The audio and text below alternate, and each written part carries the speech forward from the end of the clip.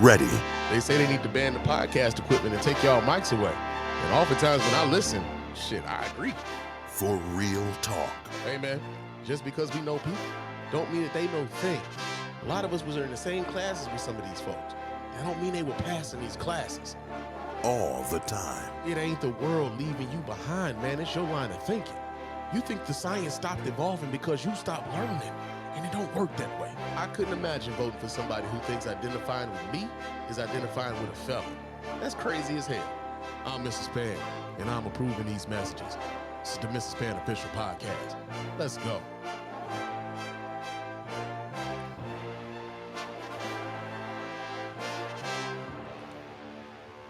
Yo, what's going on, everybody? Welcome to the Mrs. Spann Official Podcast. I'm your host, Mr. Spann, and this is episode number 64 of the show. And yo, man, this is after Christmas and shit. You know what I'm saying? Everybody, we are in the thick.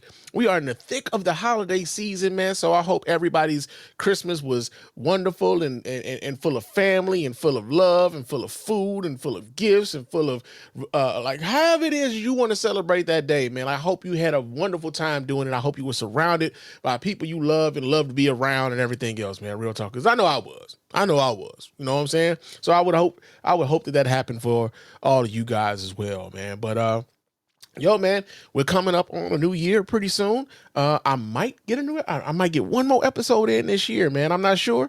We're gonna figure something out. But of course, before we do that, I got to remind you guys how to get in touch with us over here at the Mrs. Spann Official Podcast and let your voice be heard. You can go ahead and hit us up at our hotline at area code 313-288-0485. There's area code 313-288-0485. Leave us those voicemail messages. Of course, those messages will get played here live on the show and responded to in kind. And if you're watching us here live on Facebook and or YouTube, you can go ahead and hit me up live while we're doing the show, right? So area code 313-288-0485.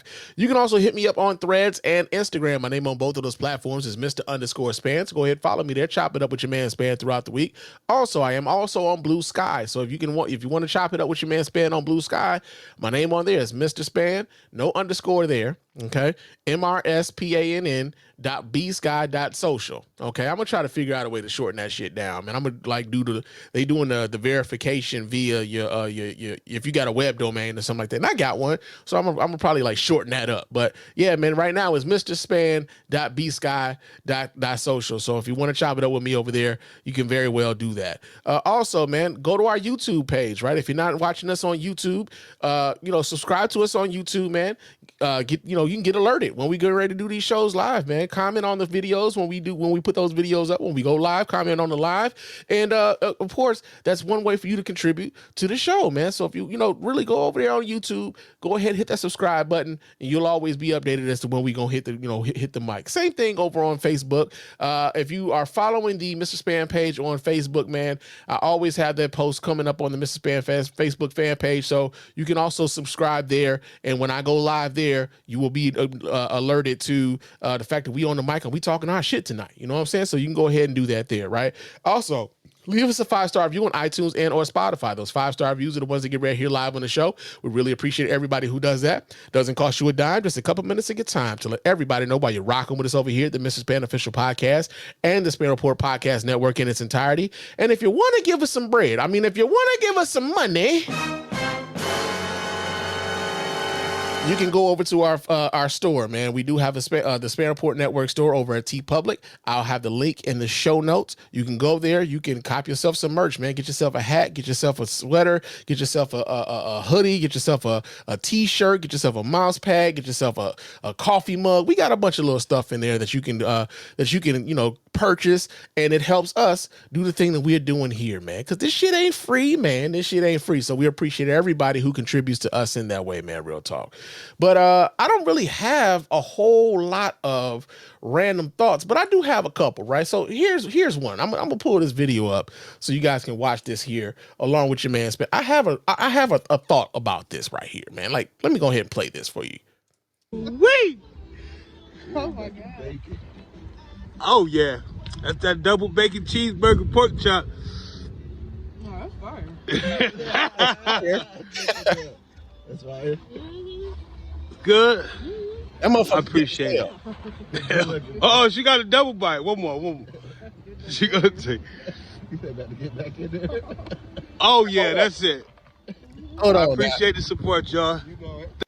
So hold on. This nigga called this the double cheeseburger, double cheeseburger bacon pork chop. That's what he's calling this. This is 2 patties of meat covered in cheese and maybe like some sort of maybe a spicy mayo or something like that. But then he got bacon on there, and then instead of bread, this motherfucker got 2 slices. I mean, he got 2 pork chops for the bread, bro. And as I'm watching her eat this shit, all I can think of is just Mama, your arm. like Big Mama, your arm. Because all I'm looking at is like, man, goddamn, my arteries are clogging the fuck up just watching this shit. I'm gonna listen to this shit one more time. He's talking about this with such enthusiasm. Go ahead, let me see Wee! Oh my God. bacon. Oh yeah, that's that double bacon cheeseburger pork chop. No, that's fire. Look at that. Suspect out here selling death, bro. This nigga out here selling Luthers. This nigga's out here selling the Luther. I saw this shit, was like, come on, man. We can't be out here like this in 2025, man. Come on, man. We gotta lead the big backed activities in 2024, bruh. Let's lead this sort of shit. Like, you know, there was a time where I would have been all about this. Like, I want to say, like in my mid to late 20s, man, I'd have been all about this. Y'all remember the Double Down from KFC back in the day, man, where they had, like, you know, the mashed potatoes and the corn and the gravy and it was some other shit I believe that was in that sandwich. But then instead of bread, they just had 2 pieces of chicken breast, deep fried chicken breast, and that was the bread, nigga. And they were talking about that shit was a sodium bomb. Like, if you ate one of them shits, you had basically ate up about 3 days worth of sodium and shit in that one goddamn sandwich. And I'm looking at this sandwich and I'm like, oh my God, her heart is like, bitch, what are you doing to me? What are you doing? So yeah, man, that was my random thought. That was the only random thought I had this week, man. Real talk. Real talk, man. But yeah, we got that going on, man. Now, I did have some listener feedback, though. Some of this had to do with some of the stuff we were talking about last week. And I got some comments on YouTube about some of the comments I made last week about Travis Hunter, about Bow Wow. And we're going to follow up on some of that stuff tonight. So we're gonna do that. But let me pull up some of this listener feedback that we got so I can respond to these people here on the show, right? So let me do this here. Okay, boom. Okay, so I hate the way YouTube is doing this now. Okay. Let me go to my channel, maybe.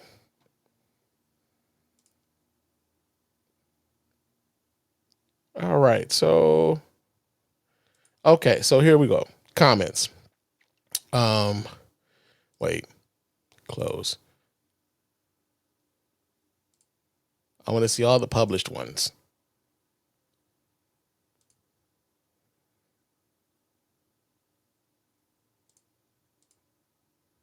Why are they doing it this way? I'm sorry, you guys. I thought this would be a hell of a lot easier. Okay. Let's see. Let's do comments. Published. Apply. What the fuck? Am I gonna have to read this shit off of my phone? Because I know I had them. Let's see. Let's go back. Let me go on my phone. I'm gonna read these comments off of my phone. Because apparently you don't want me to do it on the computer. So let's do this. All right. So these comments I'm getting here now, these are about my comments about Stephen A. Smith from last week. We were talking about Stephen A. Smith, and we're going to follow up with Stephen A. Smith tonight. But one of these comments says, you know what? I'm a regular viewer of your channel. Oh, that's somebody trying to sell me some shit. Let's see. Everybody, I trust no Democrat. They are not worth trusting. Trump is a separate topic. To which I'm just like, okay. They didn't really provide a whole lot of depth of thought there. So I mean, I guess it's not like Republicans are really out here screaming motherfucking trustworthiness to anybody who has any goddamn sense, right? So we got that going on. Someone commented on here, said, "What has the Democratic Party done for you?" right? What has the Democratic Party done for me? And I will say, for those of you who are interested in hearing what I have to say, one thing that I do know, like the Civil Rights Act of 1964, the Voting Rights Act of 1965, and the Fair Housing Act of 1968 all had something to do with trying to level the playing field for black people in America. And what I do know is that Republicans are the ones who are trying to attack all of that shit. They are already trying to, I know Republicans are trying, they've already rolled back some of our voting rights when it comes to Shelby v. Holder, with the conservative Supreme Court rolling back, certain provisions within the Voting Rights Act of 1960, was that 1965, I believe it was.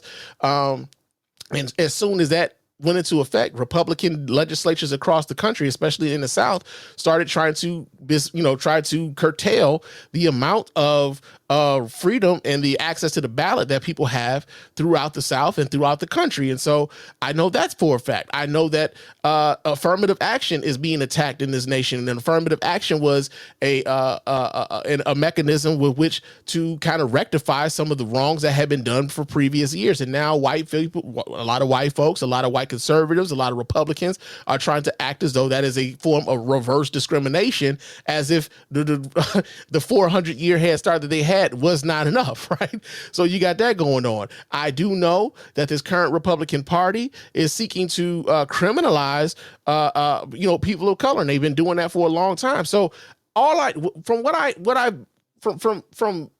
time immemorial, right? Conservatives haven't actually had black people in mind when it comes to conserving our rights, right? They're very active in being progressive about taking away rights from people who are not necessarily white, right? And they will use people who are not white in order to expedite that process. But to ask me what Democrats have done for me, I'm well aware of what Democrats have done for me. Now, the question that I would have for you is, what have Republicans done for you? What is it that Republicans are touting right now that you feel like is important for you? So yeah, hit me back. Hit me back with something substantive other than a question you thought I didn't have a fucking answer to. How about that? So we got that going on. We had another comment here, says, "You are not very smart." Well, that's cute. That's cute. But you know what? This is the nature of YouTube comments oftentimes. This is why, if you really listen to me, if you really fuck with me, if you're watching the show and you're watching the show via YouTube, I would appreciate if you guys go ahead and comment over on the YouTube channel, man, because I know oftentimes, man, especially when we're talking about some of these topics, they're going to be, YouTube is notorious for the trolls. YouTube is notorious for the people who just want to be there to argue. They're not there to have a discussion.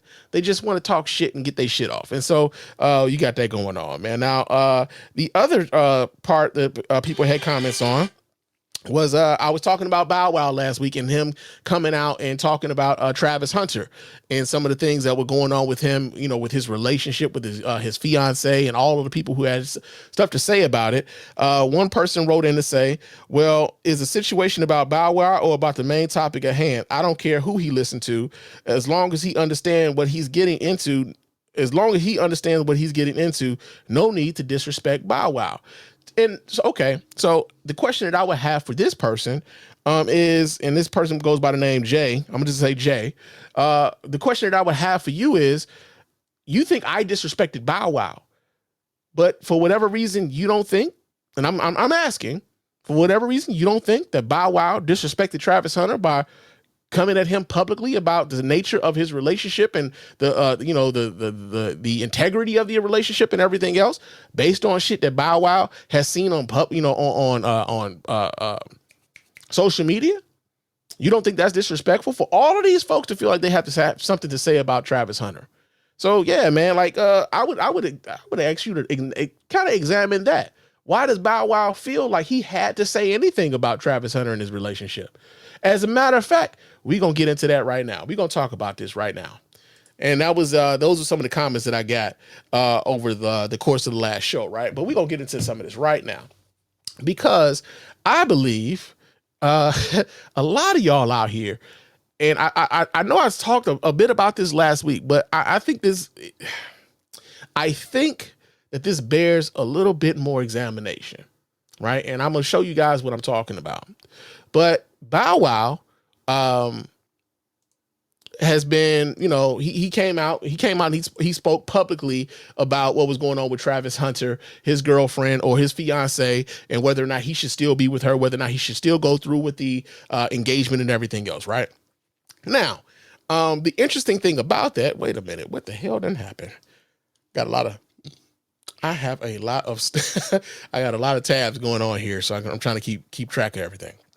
But Bow Wow went out of his way to talk publicly to this young man about his relationship and what he should do with said relationship and everything else. And he fell in line with a lot of people out here on social media with the idea that they needed to give this young man some advice on his relationship, right? The thing was, though, Bow Wow came out talking to this young man after some shit he saw on social media, and it turns out that the shit that he saw wasn't real. So we get this, there's video. So let me go ahead and pull this video up so you guys can watch right along with your man Spann. We get this from TMZ. So let me see what the hell TMZ is saying about what the hell Bow Wow did over the course of the last week. Let me go ahead and pull this up so you guys can watch right along with your man Spann. Let me go ahead and enlarge that. Let's see what TMZ is saying about Bow Wow, or Bow Weezy had to say about Travis Hunter. It's coming from your boy Bow Weezy, right? I never met you, don't know you, know nothing. But I will say this, because I've been watching from afar. I'm not the type of to jump in people's business, but I was once young, about to make a lot of money, and I know how this shit go. So I need you to hear me out. Number one, I don't want you feeling as though everybody jumping down your back or cats is hating. That's that young mentality. I want you to look at this like care about you. Okay. And so especially in our basically playing the entire video that we watched last week. Okay. So yeah, we don't need all that because we saw that last week, right? But here's what's interesting though. So I'm gonna read from the article. It said that Bow Wow learned a very valuable lesson in social media on Thursday because the rapper fell for a fake Instagram comment involving Travis Hunter's fiance, prompting him to give a passionate plea to the Heisman Trophy winner. First of all, for those who don't live on the internet, there's a popular parody X account, the NBA Centel, which pretends to give up-to-date information on all things hoop, and usually is pretty funny stuff masked as actual news. So he got fooled by a fucking spoof account. Says several notable figures have fallen victim to the hijinks, and Shad Moss was the latest to get duped after the infamous profile shared an edited snap of Hunter's partner, Liana, putting a money emoji under Timberwolves superstar Anthony Edwards' picture, a reference to the gold digger claims he faced and denied in recent months. Moss didn't know the whole post was a farce, though, and he was so fired up after thinking it was real, he shared a public message to the future NFL prospect begging him to wake up.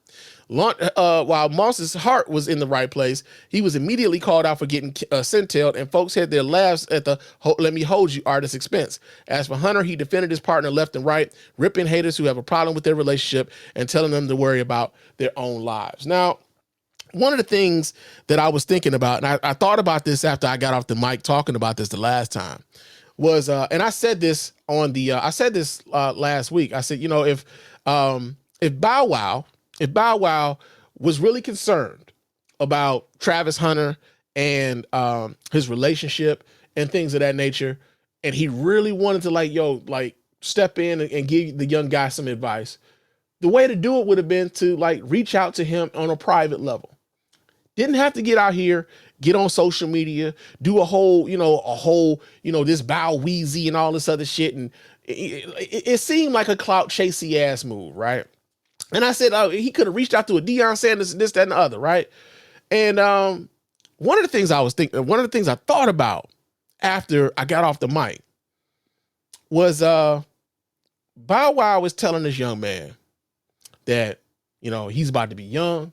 He's about to come into all this money. Trust me, if anybody knows, I do. You know who else knows about that? His motherfucking coach and mentor, Deion Sanders. And as much as I've been a critic of Deion Sanders, one thing I will give this man credit for is you ain't seen Deion Sanders come out here and say shit To nobody. You ain't seen Deion Sanders out here talking to social media. You ain't seen Deion Sanders out here talking to the media. You ain't seen Deion Sanders saying shit about this young man in that relationship. And he's the closest to him, right? Now, if Deion Sanders, who is the closest to him, the one who's his mentor, the one who he looks up to, you think that Deion Sanders wouldn't have a conversation with that young man if he thought it was a problem? You don't think that Deion Sanders would have said shit if he thought that that young man's relationship with this young lady was a problem? But somehow, some way, all these bird ass niggas on the internet feel like they gotta like, hey man, we doing it because we trying to help this young brother. He don't know y'all. He don't know y'all. Would you listen to like? I need to, because it's weird. It's fucking weird. You got brothers 30, 40, 50 years old coming down on this 20-year-old dude about his relationship, and y'all swear up and down y'all trying to help. But I'm gonna ask y'all this one legitimate question. I think it's a very legitimate question. Would you listen to a stranger about what's going on in your life at all? Would you do that? Would you listen to you if you knew that this nigga that's talking to me, I don't know? I doubt very seriously that y'all would. And so the thing that I think is interesting though, and I'm gonna pull this up because I want y'all to see something. I want y'all to see something because I feel as though this is a very fucking, this is a very, it's to a point now the algorithm has a hold of it. And now it's a part of it's a part of the social media landscape, so to speak. But I want y'all to see something. I want y'all to see something as we go on YouTube and we look at the videos about Travis Hunter. First video, Travis Hunter realizes fiance's brother convinced her to run game on him. Now she is in his Adidas ad. Travis Hunter cannot be saved. Travis Hunter, oh, there's one good thing about Travis Hunter, his Heisman highlights. Travis Hunter fiance refuses to share his bed, makes him sleep downstairs. Proof he repulses her. Leanna Lene's ex-boyfriend drops bomb on Travis Hunter. I called Dion myself. Boosie out here talking on the shit. Boosie speaks on Travis Hunter marrying fiance. Charleston White drops this bomb on Travis Hunter. This is a hoe. Charleston White blasts Celeste for speaking on Travis Hunter marrying fiance Leanna Lene. Travis Hunter's life is in danger. Get in there now. Right? All these videos, all these old ass niggas, this Travis Hunter situation is getting worse. Like, y'all don't feel weird? You niggas don't feel weird, bruh? Because this feels weird to me. And what makes it weird is that, like, yo, man, Travis Hunter is a Heisman Trophy winner. He's projected to be a number one first round pick in the NFL. Got Colorado to a bowl game. They were ass last year. They planning a bowl game this year. And all you niggas are talking about, all you dudes is talking about is him and his girlfriend, bruh. This shit don't seem weird to y'all? Because it feels weird to me. And y'all swear y'all helping. All y'all are really doing, and this is what I said last week, y'all don't give a fuck about him. This is content. This is content for most of y'all. Travis Hunter humiliates his fiance over cheating and breaking his heart. You betrayed me, bitch. Look at these thumbnails, though. This is what's even more funny. Look at the thumbnails. You betrayed me, bitch. You know what I'm saying? Like, it's wild, man. It's wild. So, yeah, we got a couple comments here. Let me see. My man David Williams is in the chat room. What's happening, brother? David says help comes in private, criticism is public. Absolutely. Absolutely. And then he also says that somebody's trying to stay relevant. I believe he might be talking about Bow Wow. Just trying to stay relevant. But I think it's weird, though, that, like, with all the good shit going on in his life, that y'all are choosing to try to focus on this one negative aspect of his life and claiming that y'all are doing it and helping him. And I don't see that to be the case, man. I think all of you niggas are actually just out here. Look at this. Y'all out here with Offensive Tatum. Now, if you out here on Offensive Tatum, I know y'all on some bullshit. Fucking this leak made Travis Hunter delete social media. No, nigga, he tired.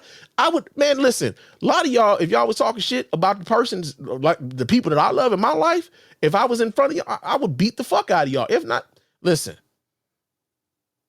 Y'all act like y'all cloaking it and I'm trying to help. Nigga, you're not trying to help. A lot of this is just about y'all getting views. And it's whack, bro. It's fucking whack. Y'all are some fucking weirdos. Every last one of y'all some fucking weirdos, man. Straight up. So yeah, man, Bow Wow got exposed for like reacting to some shit that wasn't even real, and now the prevailing shit that you see on social media about Travis Hunter is about his girl. Not about his accomplishments, not about what he's about to do, not about, everything that he went through and everything else. No, it's about y'all disapproving of the young lady that he chooses to share his life with, which ain't none of y'all fucking business.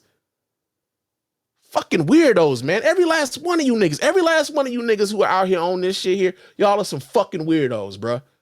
Y'all need to get y'all fucking head examined, man. Real talk. But yeah, man. Like, it was like one of those things like, man, hold up. Y'all talking about, Bow Wow talking about, I'm about to run into some, I can teach you the game and shit. Like, he don't have Deion Sanders as a fucking mentor who went through that shit a hell of a lot more than you did, nigga. Like, come on, bruh. He was fucking prime time. Nigga was playing baseball. He was having baseball and fucking football groupies thrown in his way. You think he don't know? Come on, bruh. Come on, man. Like, seriously, man, this shit was whack, man. This shit is whack.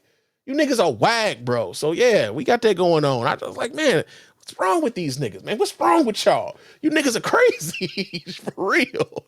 So we got that going on, man. Now, another story that we gotta double back on. We gotta double back on this here, man. Stephen A. Smith think we are some goddamn fools. Like Nigga, did you know that I can see you? Nigga, you right there. It's on your nose. Nigga, we can see you, Stephen A. I think like oftentimes niggas get out here, they start saying some crazy shit, forgetting they getting recorded when they saying this shit. They don't probably forgot if they was saying some shit. But I don't think Stephen A. Smith forgot he was saying some shit. I think Stephen A. Smith is trying to manipulate the fact that he said some shit and he's trying to like clean that shit up and thinking we won't remember and we wouldn't notice. Okay. So last week we were talking about Stephen A. Smith. And the reason why we were talking about Stephen A. Smith, because I believe Stephen A. Smith is like he's leaning towards being red pilled. I feel like Stephen A. Smith has been red pilled. He's being red pilled right in front of us. He's leaning more and more towards conservative talking points, whether it be about Joe Biden pardoning his son. He's repeating the same shit about some of the same talking points that right wing pundits would repeat. When it comes towards Kamala Harris losing and, expressing the thoughts that like, men wouldn't take too kindly to being told what to do by women. And that, therefore that's what part of the reason why Kamala Harris lost. He's been saying a whole lot of little slick shit. Right. So I believe Stephen A. Smith is being red pilled. He's red pilling right in front of us. Right. But what I don't take too like, and here's the thing, right? If you're going to be on that side, be on that side. Yeah. I don't fuck with you like that on that. But I could respect it if you stood on it. I could respect it if you stood on it.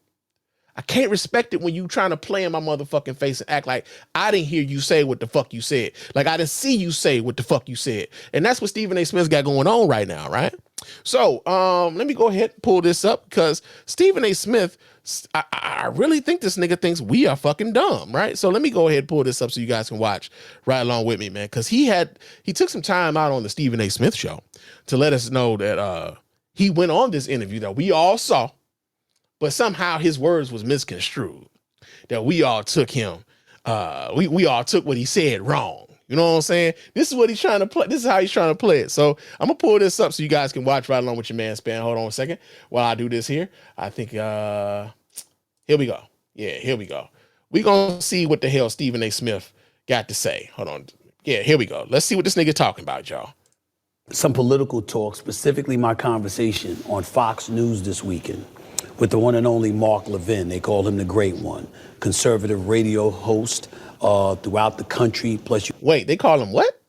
I ain't never heard them to call that nigga nothing other than his name. They call him what? I guess, nigga. You can catch him on Patriot Radio on Sirius XM, channel 125. He's been a phenomenal host there for years. Nevertheless, I appeared on his show, Life, Liberty, and Levin, which airs on Fox News. This feels like when he like talking about an athlete. You know what I'm saying? Y'all know how when Stephen A. talking about an athlete, he about to criticize him a little bit. But before he do that, he want to talk, he want to give them all the praises in the world to try to, he try to soften the blow of the shit he about to say. You know what I'm saying? That's what it feels like happening right now. Before Stephen A. Smith's trying to say some slick shit, he always try to buttress that with, he's a phenomenal athlete, MVP 4 times, went to the NBA Finals 6 times, yada, yada, yada, yada, yada. But he on some bullshit, right? That's what it feels like he's setting up right now. Real talk. On Saturday nights and Sunday nights. And while I was there, I gave my thoughts on the 2024 election and expressed some regret about what has transpired with the Democrats and Vice President Kamala Harris. And I've said this on many, many occasions. I don't like what I'm seeing from the Democratic Party. I said it on Life, Liberty, and Levin to Mark Levin himself. I've said it to this audience on various occasions. I'm saying it again now. Nobody's backing up from it. You sure? Nevertheless, I have to tell you that, and I don't blame Mark Levin for this, but did you see the headline on Fox News? Did you see it? Did you see it? In case you didn't see it. Hold on. Okay. So here's the trick bag. Here's the trick bag. Stephen A. Smith is trying to say, yo, did y'all see the headline? As if the headline may have possibly given folks a false impression on what the actual video was about. And we know we live in an era where the headline can be misleading, right?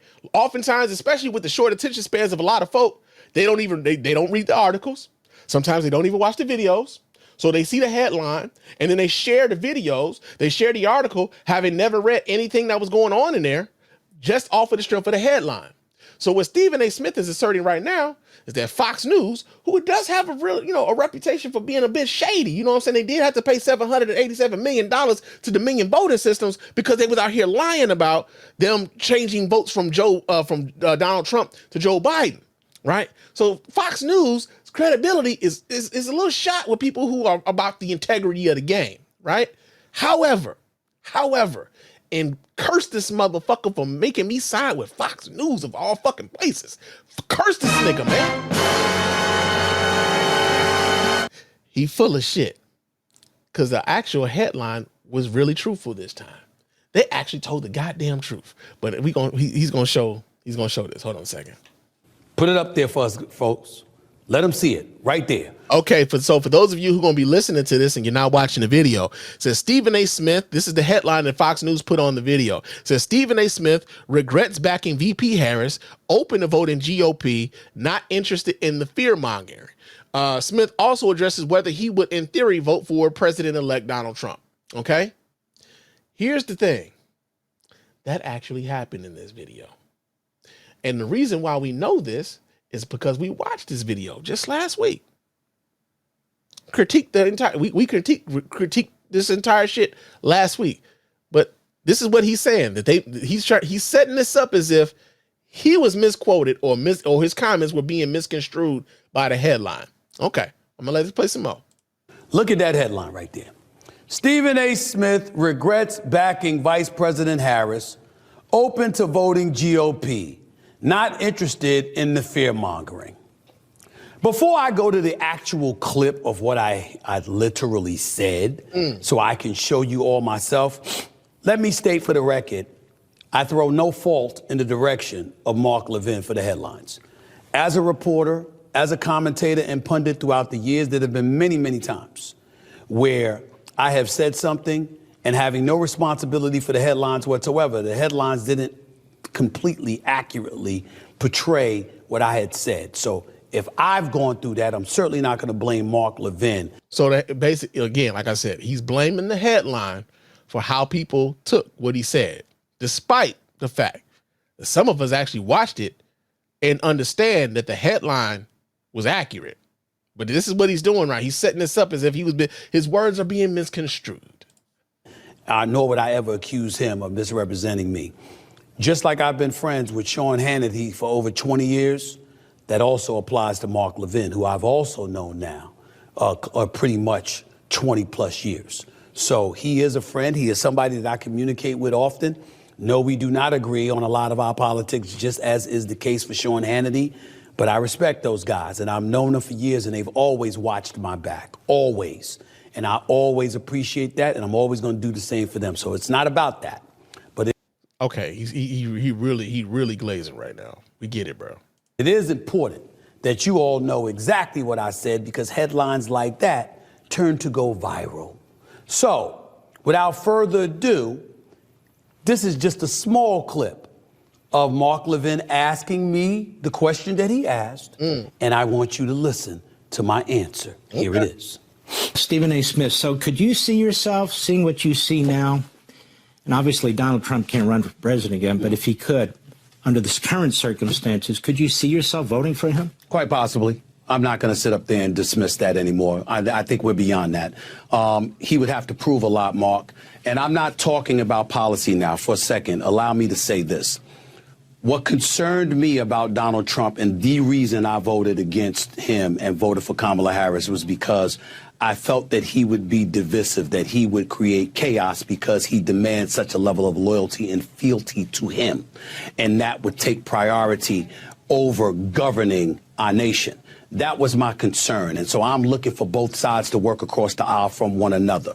Having said that, when you see some of the things that he said, if he follows through on some of the things that he has said, it's not just about eradicating inflation, improving the economy, obviously controlling our borders. These are all things that I care about. Make no mistake about that. And I certainly would support him in that regard. But it can't be just about fealty to him and loyalty to him. It has to be about getting the job done on behalf of what's in the best interest of the American people, as opposed to yourself, and not engaging in the kind of juvenile tendencies, tweeting all the time and going after people who are really much irrelevant in the grand scheme of things. You do things like that and you show that you're the adult in the room. Yeah. I don't think anybody could dismiss Donald Trump at this particular moment in time, not just because of him, but because of what we've seen the Democrats do. That is what I said. That is what I said. I'm gonna let him finish a little. I'm gonna play this a little bit more. But this nigga think we stupid, bruh. This nigga think we stupid. Anywhere in that headline, did you hear me say, I regret voting for Kamala Harris? You did not hear me say that. But I understand how it's a fine line, because I do have my trepidations and feelings of disgust when it comes to the Democratic Party, how they handled things leading up to the election, how they handled the year prior to the election with Joe Biden refusing to step away and going back on his word to be a transitional president. OK, I don't like the fact that, you know, they got $1.5 billion and, you know, next thing you know, we're looking for where the money went. I don't like. Wait. $1.5 billion. What the fuck is he even talking about right now? What the fuck is he even talking about right now? See, this is the other part about this shit. Like, he's throwing shit out here that don't. What the fuck are you talking about? They got 1.5. Because, you know, if we're talking about people receiving monies, Jared Kushner got $2 billion from the Saudis, and we still don't know what the fuck that money was for. On their way out, on the Trump administration's way out the door, the last time they get the Saudi government gave Jared Kushner, Donald Trump's son-in-law, married to his daughter, Ivanka, gave him $2 billion for what? We don't know.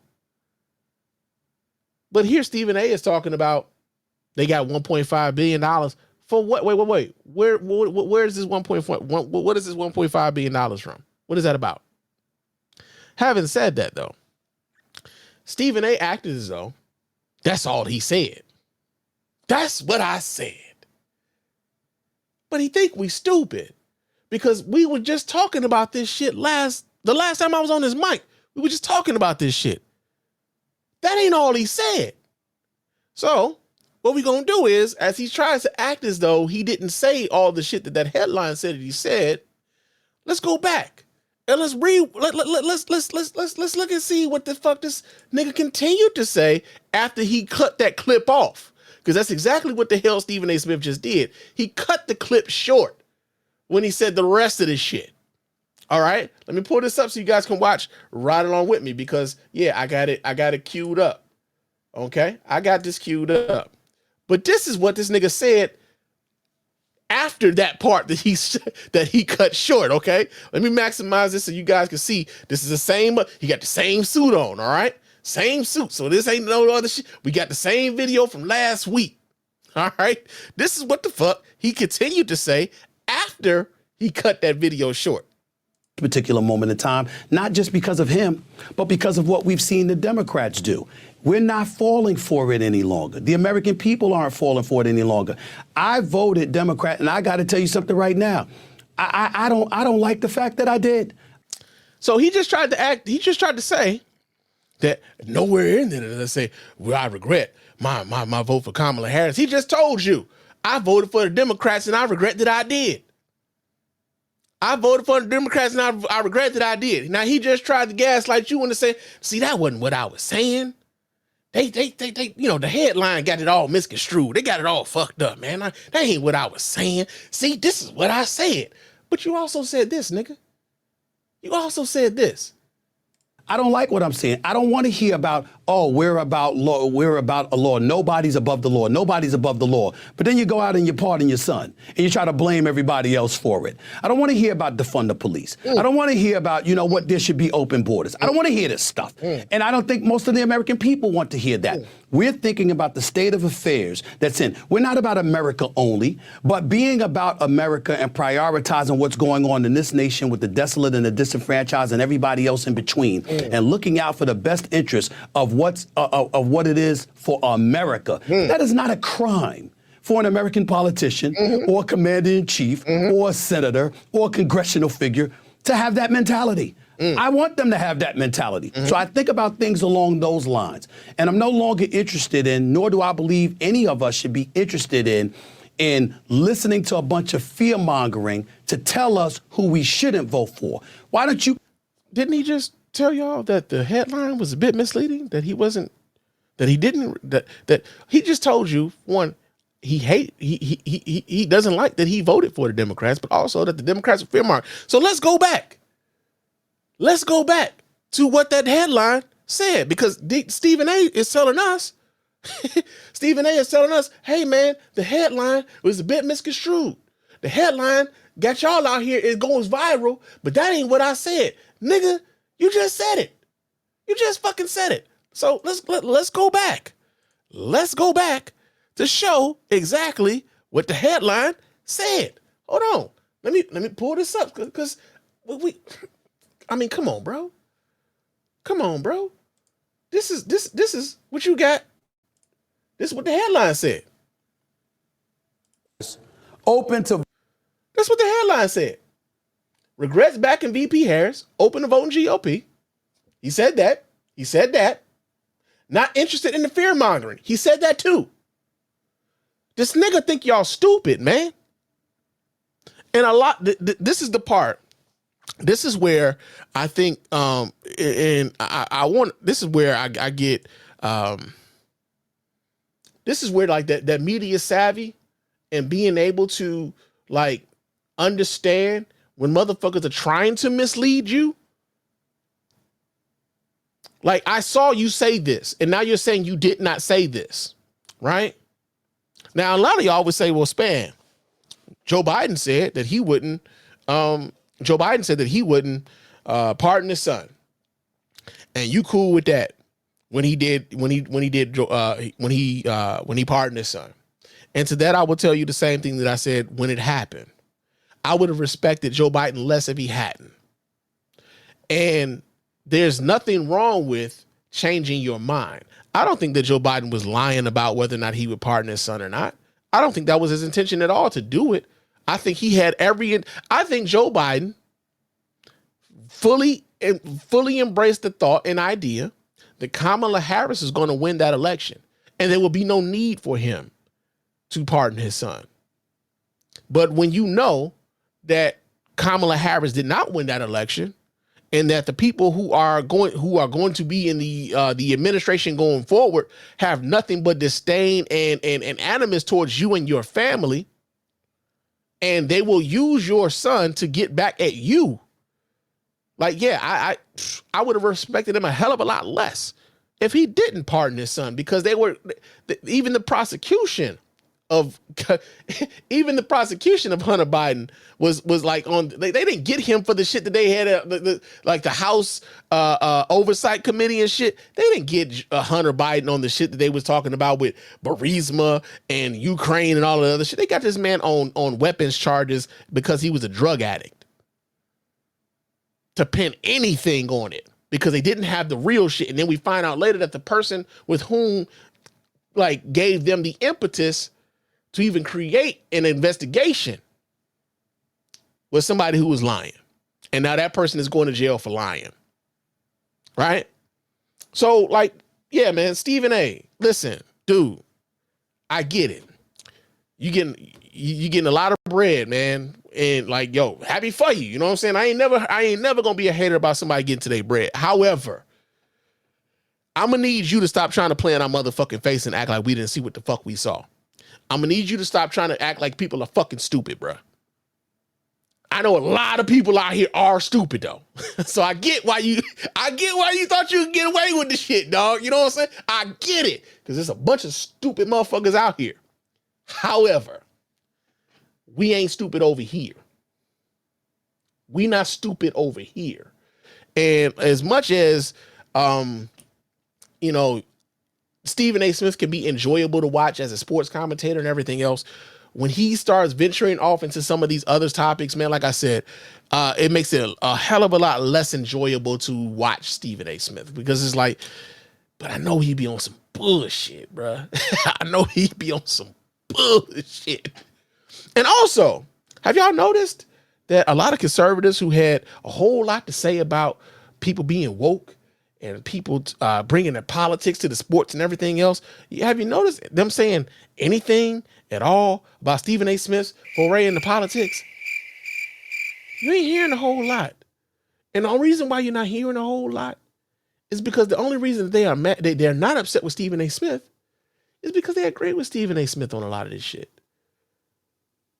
Bomani Jones, Michael Smith, Jamil Hill, like those folks who were actually, you know, talking up and speaking up on behalf of black folks in some degree, all of them is gone. But the ones who aren't speaking up in that way, they have a place there now. So yeah, it hasn't been lost on me, that part. But yeah, man, I'm gonna need Stephen A. Smith to stop acting as though the rest of us are fucking stupid. Some of us are paying attention, man, in much stronger ways than y'all think. And yeah, we got that going on, man. Real talk. Now, another thing that we got going on here. Did y'all know that an HBCU had been invited to participate in Donald Trump's inaugural parade? Here's the rub about it though. Mississippi Valley State University is they had been invited to participate in the inaugural parade for President-elect Donald Trump. And let's just say this. They don't have the monies in order to go, right? So they're trying to raise money up to $350,000 so that their band can go and participate in this inaugural parade. Yeah, man. Yeah, it's a sad situation. So we get this story here. This comes from HBCUBuzz.com.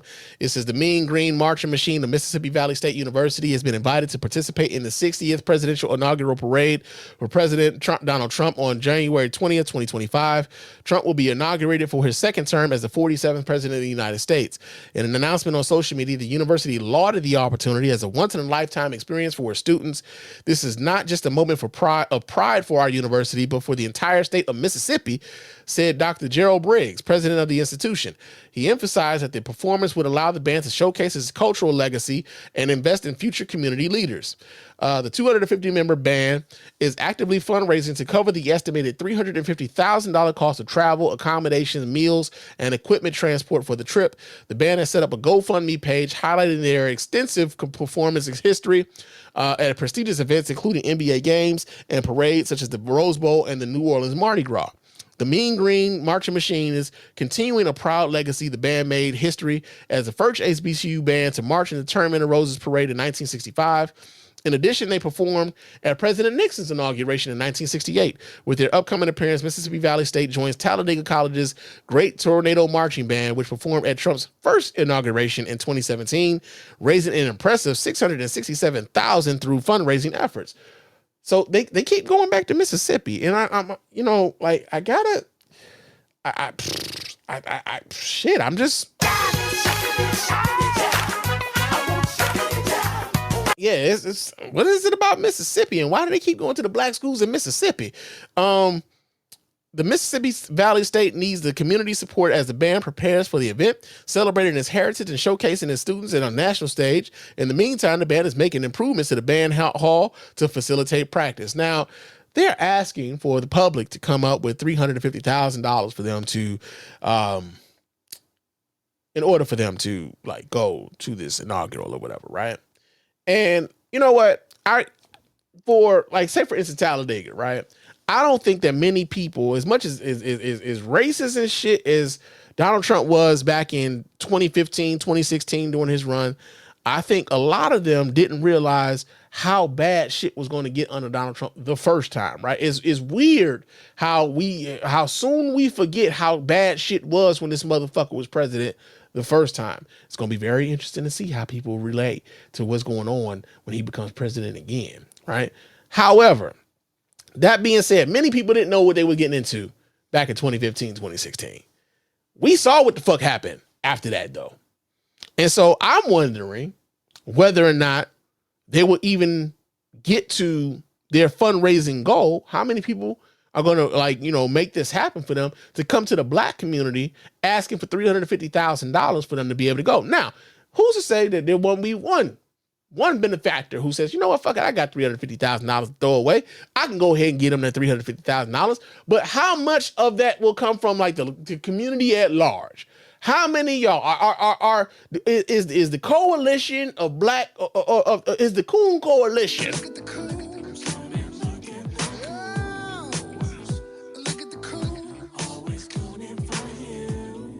Does the Coon Coalition have $350,000 for Mississippi Valley State to go to this damn inaugural for Donald Trump? So that's going to be the poll question tonight. Do you think that Mississippi Valley State University will reach their $350,000 goal to go to the to go to this Trump inaugural?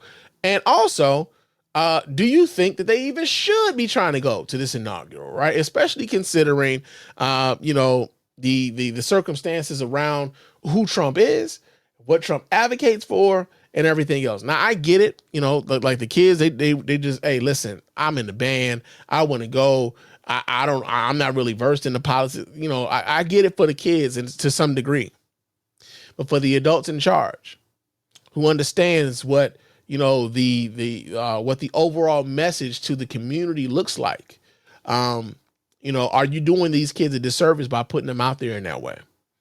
Are you doing a disservice by, accepting an invitation that isn't popular with the vast majority of the black community, right? So that's the poll question that we're going to have here. Do you think that the university, the Mississippi Valley State University, is going to reach their $350,000 goal to help them go to the Trump inaugural? All I know is this, man, y'all got a lot of nuts, man, asking the black community to give y'all $350,000 to go fuck with Trump, man. Y'all really do, man. I'll be a monkey's bare-assed uncle. Like, y'all straight up. Y'all, that takes balls, man. Y'all got balls of steel, nigga, to ask the black community help y'all with $350,000 to go celebrate Donald Trump, man. Y'all got a lot of motherfucking balls, man, I swear. But we got that going on, man. That's what's going on in the world. Another story that we got going on here, man. So listen, we alluded to this last week when we were talking about, Matt Gaetz, right? So the reason why we were talking about Matt Gaetz, what the fuck was we talking about Matt Gaetz for? Damn it, I forget why we were talking about Matt Gaetz. But anyway, we were talking about Matt Gaetz. I know we were talking about Matt Gaetz. He came up because Matt Gaetz, who was Donald Trump's initial nominee for Attorney General of the United States, right? So this dude was he was a former congressman from Florida. He's a MAGA celebrity and shit, man. The MAGA folks love this piece of shit ass dude, man. He got the last Speaker of the House kicked out of his spot. You know what I'm saying? Because they had a personal animosity and whatnot. The last Speaker of the House came forward and told everybody, yeah, the reason why Matt Gaetz don't like me is because I wouldn't stop an ethics committee investigation into whether or not he was having sex with 17-year-olds, right? So the ethics committee came out with a report. This is after he had been, he found out he wasn't going to have the support to be Attorney General and everything else. He tried to keep this report from coming out by not only resigning from the House of Representatives, right? He resigned from the House of Representatives, but then he resigned from, he took his name out of consideration for the Attorney General spot because he didn't have the support of the Senate. However, part of the reason why he thought he was just going to withdraw from all this shit is because he thought that because he wasn't in the House of Representatives no more, and he wasn't trying to be the Attorney General no more, that they would keep all this shit under wraps. Well, goddamn it, he found out the hard way that like, nah. Nigga! They came out with this shit, nigga. They came out with the shit. And so this is what we get. So this dude, and I think it's very important that we frame this the correct way. Okay? Republicans have been touting themselves as the party of family values, right? They are the party of family values. They want your kids to go to church. They don't want your daughter, if she becomes pregnant, to have an abortion. They don't want you to be able to get any type of welfare. You should be able to go to work and take care of your children yourself. And we want to protect the kids. More than anything, we want to protect the kids. We don't want the kids to read anything that might make them feel bad. We don't want the kids to read anything that might make them think about something else other than the shit that we want them to know. We want to make sure we protect the kids from sexual predators. We want to make sure we can protect these kids from sexual deviance of any kind, right? Ironically enough, the person that they initially were about to support to be their top cop was guilty of having sex with kids. So we get this story here. This comes out of PBS. Let me go ahead and pull this up so you guys can watch right along with your man Spann. And PBS has a story of what exactly came out of that House Ethics Committee report about Matt Gaetz, whom Donald Trump nominated to be Attorney General of the fucking United States. So here we go. Let me pull this up so you guys can watch right along with your man Spann. Let's see what PBS is talking about when it comes to Matt Gaetz. Welcome to the News Hour. A highly anticipated House Ethics Committee report details a litany of allegations against the former Republican representative from Florida, Matt Gaetz. Prosecutors previously declined to charge him, but Gaetz's former peers found evidence that he paid several young women for sex, including an underage girl, and partook in numerous drug-fueled sex parties. Lisa Desjardins spent... Hold on for a second. Let me remind this real quick. Just a second. But is it me or does Matt Gaetz really look like... Gaetz's former peers found evidence... Does this motherfucker not look like a live-action Beavis? Does he not look like live-action Beavis? Like, if there was a cartoon that they made it into a live-action movie, does this motherfucker not look like a live-action Beavis from Beavis and Butthead? Is it me? Is it just me? Because he looks like he could play the part. Like, they could just, like, they don't even have to, like, put makeup on this nigga. He looks the fucking part. Like, when they were thinking about Beavis, they had this motherfucker in their sights. He looks like Beavis. I can't be the only one that sees it. That he paid several young women for sex, including an underage girl, and partook in numerous drug-fueled sex parties. Lisa Desjardins spent the day combing through this report about the one-time Trump nominee for Attorney General, and she joins us now. Lisa, this is a very explicit report, and we should just alert our viewers that this is what we're going to talk about in the next few minutes is somewhat graphic. In this report, what really stood out to you? Right. Well, this contains very serious allegations and conclusions, very direct conclusions, according to the committee, that Gaetz violated law in a criminal way. So let's look at some of the main conclusions here. First of all, they found that over the course of nearly 4 years, the committee found that Gaetz paid tens of thousands of dollars to women, likely, they write, in connection with or for sex and drugs. They found that he had sex with a 17-year-old girl, and according to the committee, that fits Florida's definition, where this activity was alleged to happen, of statutory rape. Now, I also want to point out that the committee concluded that there is not evidence that he violated sex trafficking laws. In this report, there is direct testimony from witnesses, including the women involved, but also a very large number of text messages, either from Gaetz or naming him in conversations with women. Y'all know the text messages what got Kwame Kilpatrick taken down. They got the text messages. I don't know why people like. I don't get it, man. I swear I don't get it. Y'all be out here bad, bro. Y'all be out here bad. The text messages be telling every motherfucking thing, man. Matt Gaetz out here caught up in the text messages. Got to be more careful. Now, it's important to say the women in these conversations have said that this activity was consensual. This is not an allegation of assault. This instead is about paying for sex. And the allegation of such statutory rape, the committee also goes out of its way to say there's no evidence that Gaetz knew that this girl was 17. However, they point out, according to them, under Florida law, that ignorance of a minor's age is not something that exonerates you. So overall, this He should have asked R. Kelly about that. Remember when they first got to R. Kelly back down there in Florida, they got R. Kelly on the fact that like he had video tapes and shit about we know this nigga like taping himself, but that like they had video evidence of him being with underage girls in Florida. When they first got to R. Kelly, man, it was because of the videotapes that he had down in Florida, and that like kind of spurred along that that whole trial that he went through in Chicago, where he was ultimately cleared. But then R. Kelly thought that when he got cleared of that shit, that he was immune to anything happening to him after that. So he started acting with impunity after that shit.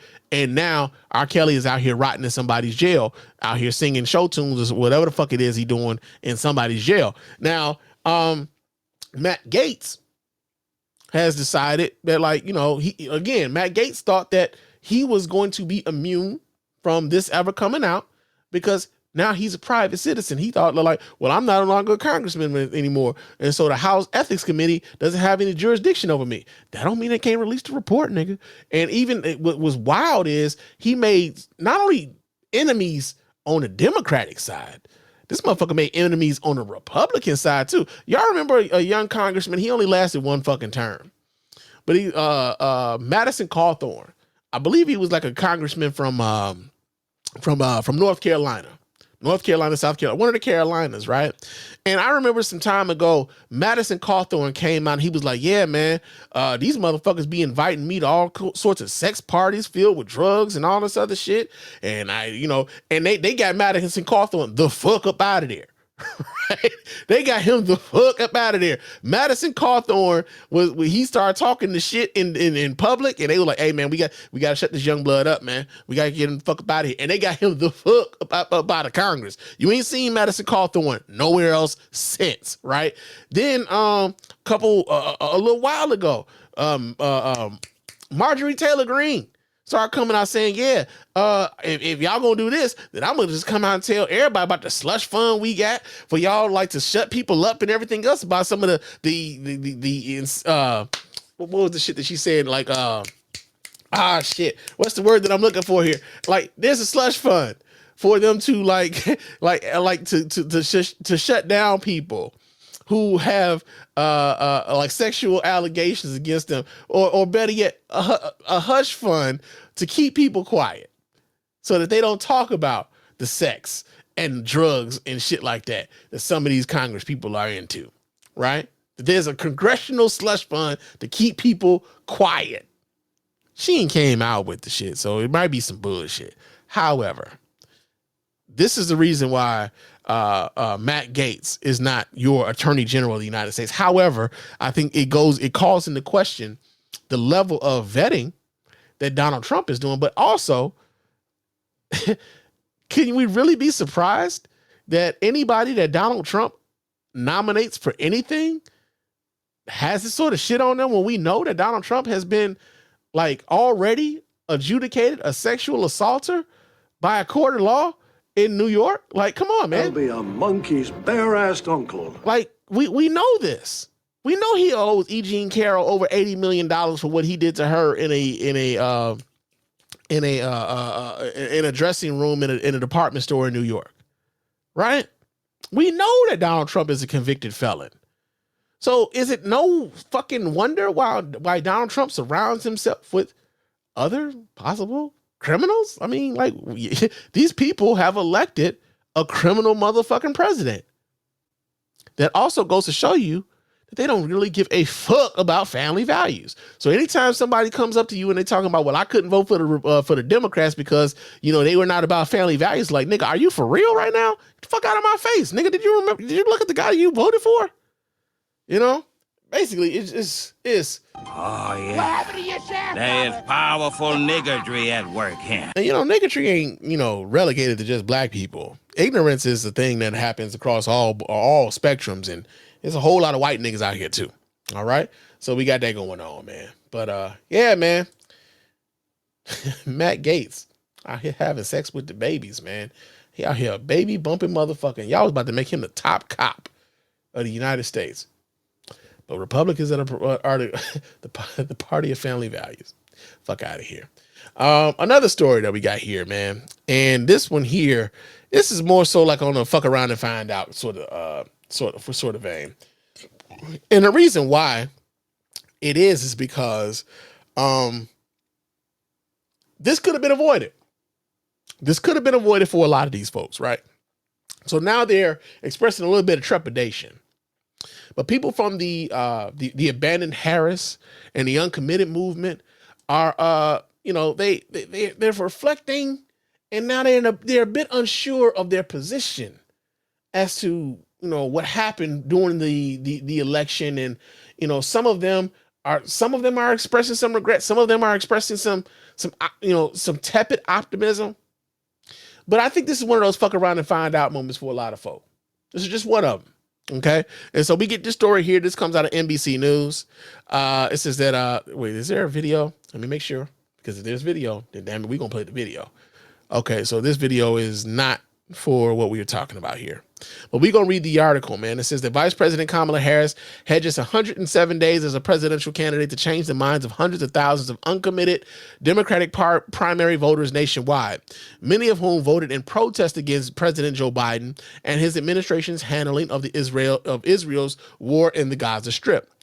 But leaders of the Uncommitted National Movement and the abandoned Harris campaign say they felt Harris didn't do enough to distance herself from Biden or outline how she'd handled the war. And now they're closely watching President-elect Donald Trump's early moves on the Middle East and specifically on Gaza to see what comes next. Now, again, me personally, I feel as though they were unfairly critical of Kamala Harris, considering Kamala Harris's position. Knowing that Kamala Harris is the vice president of the United States and not the president of the United States, and that in her current capacity, even while she was running for president of the United States, she couldn't really undercut the top of the Democratic ticket. She was running as president of the United States, but she was still the vice president of the sitting president of the United States. And so I feel as though they didn't give her the grace to understand that like her position and where she was couldn't stray that far in the current situation, because he was still president of the United States and she didn't want to undercut him, especially if there are negotiations going on. You can't be having a president of the United States negotiating or trying to negotiate a ceasefire, and then you have a vice president of the United States going out here and saying she disagrees with everything you got going on. And now they like, well, shit, if this is what it's going to be, you're not going to be president too long. This is going to be the next president. We need to be worried about what the fuck she talking about. So there was to me, I feel like, yo, man, y'all didn't give her, like the people in this particular movement, y'all didn't give her the grace nor the courtesy to say, listen, I understand your position. And I understand why you can't be out here like that. But I also understand, especially considering if you are losing people, like why you feel like I don't have to extend that grace to you. I get it on both sides. However, I think that like to a certain degree, some of y'all may have cut y'all noses off to spite your face. And we're all going to have to deal with the ramifications and the consequences behind that. Right? It said, but leaders of the and now they're closely watching President-elect Donald Trump. Okay, I read that part. It said there's been many ways in which Harris chose the path. There's been many ways in which Harris chose the path of Liz Cheney and the donor class on a range of issues, and abandoning working families in places like Dearborn, who make up the people Democrats claim to be fighting for. said Uncommitted National Movement co-founder Layla El-Abad, a Palestinian-American activist and the sister of Representative Rashida Tlaib, Democrat from Michigan. And I think at the same time, Trump came in and fed a community that was grieving and in despair with lies and false promises. So here's the thing. If you know that Donald Trump is coming into your community to lie to you, right? Do you embrace Donald Trump just because he came, despite the fact that he's lying? Because that's what it sounds like to the rest of us. Y'all, like, he came to see us. Oh, shit. Despite the fact that he was feeding y'all some bullshit. Make sense to the rest of us. Okay? Especially if you want us to have, especially if you want the rest of the coalition to have sympathy for the plight. Make sense to the rest of us that y'all were willing to, like, yo, throw everything out the window, and we supposed to throw everything else out the window because he came to see you, despite the fact that when he came to see you, he was feeding you some bullshit. Make sense to the rest of us, right? The other part that I think is interesting is that she says, and abandoning working families, or better yet, the whole thing of choose the path to Liv Cheney. I think what she was attempting to do, what Kamala Harris was attempting to do, was expand the amount of people to let them know that, like, yo, I know you regularly identify as Republican, and some of y'all say that y'all are about family values and everything else. Well, if you say that, here's one of y'all old champions. Here's one of the people that y'all really used to look up to. As trust me, I am no fan of the motherfucking Cheneys. But here's somebody that y'all used to look up to, and they over here because this dude y'all championing right now. He don't give a fuck about y'all the way y'all think he does. She was trying to expand the coalition. Y'all took that as she is abandoning you. And, like, for those of us who, try to be politically astute, we understand the game. Yeah, let's expand the base. And, I might not necessarily agree with this motherfucker on all this shit. Like, technically, I probably don't agree with this motherfucker on most shit. But if they coming over here, that means shit over there is really fucking bad. To the point that they coming over here fucking with us. It's bad over there. To the point that they coming over here. People we don't fuck with. They coming over like, hey, man, like, shit. I know we done had some beef in the past, man, like, straight up. And I know we don't agree on everything, man, for real. But, like, yo, man, listen. This nigga over here tripping. I can't be over there, bruh. You know how many treaties, you know how many motherfucking peace agreements have been made from people who don't give a fuck, who don't agree on much, but they're like, hey, man, the enemy of my enemy is my friend. That's what the Cheneys represented coming over to support Kamala Harris. The enemies of my enemy is my friend. That's what that was. But they thinking that Kamala Harris abandoned them, but they're enamored by the idea that Donald Trump came to them and blew smoke up their ass. Right? So it says Trump ultimately ended up carrying Dearborn, a majority Arab American city in Michigan, by more than 6 percentage points, a massive swing from Biden's nearly 40-point win there in 2020. But most Dearborn voters also voted against Trump, who got about 43% support in a deeply split field. They also voted for, what's her name? Jill Stein. Who, like, has anybody seen Jill Stein lately? Have y'all seen that lady? She done, like, straight up gave y'all the motherfucking Batman smoke bomb and got the fuck up out of there. Y'all won't see her again. Probably until 28. Because that's what she does. But she sure as hell got a lot of votes out of there in Dearborn. Right? El-Abad decided not to vote at the top of the ticket this year and focused instead on down ballot races. We provided Democrats with a pathway for victory and a way to unite the party, and they spent 10 months ignoring us and berating us. When Elibat and other leaders from the Uncommitted National Movement briefly met with Harris this past in person last summer, she told the candidate that she wanted to be able to vote for her and asked Harris to talk with activists about how to change her policy toward the Middle East. She said Harris seemed receptive in that moment, but another official meeting never panned out. She never came to Dearborn. She never came to speak to families. They were firsthand impacted by our U.S. policy decisions that ultimately killed their family members. About a month before the election, Harris met with the Muslim and Arab American communities in Flint, Michigan, ahead of a rally there.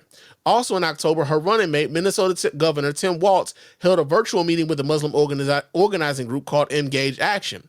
A former Harris campaign official who was granted anonymity to speak candidly about integral campaign deliberations, said that after the October 7, 2023, the vice president spoke with Palestinian Americans who were in Gaza when the war started and who had to be evacuated, as well as with doctors who had returned from Gaza.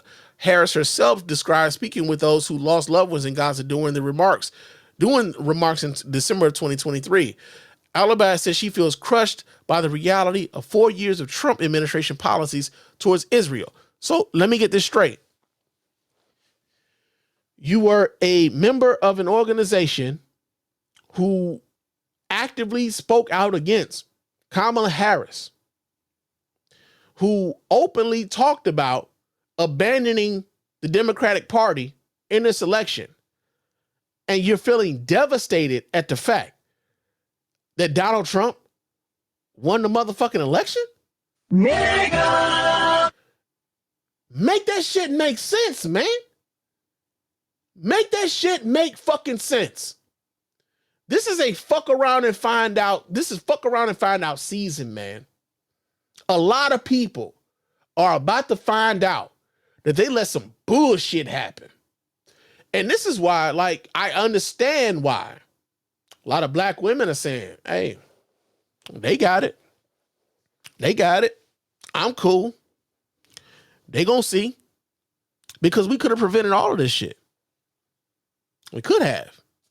90%, like, what was it? 92% of black women voted for Kamala Harris.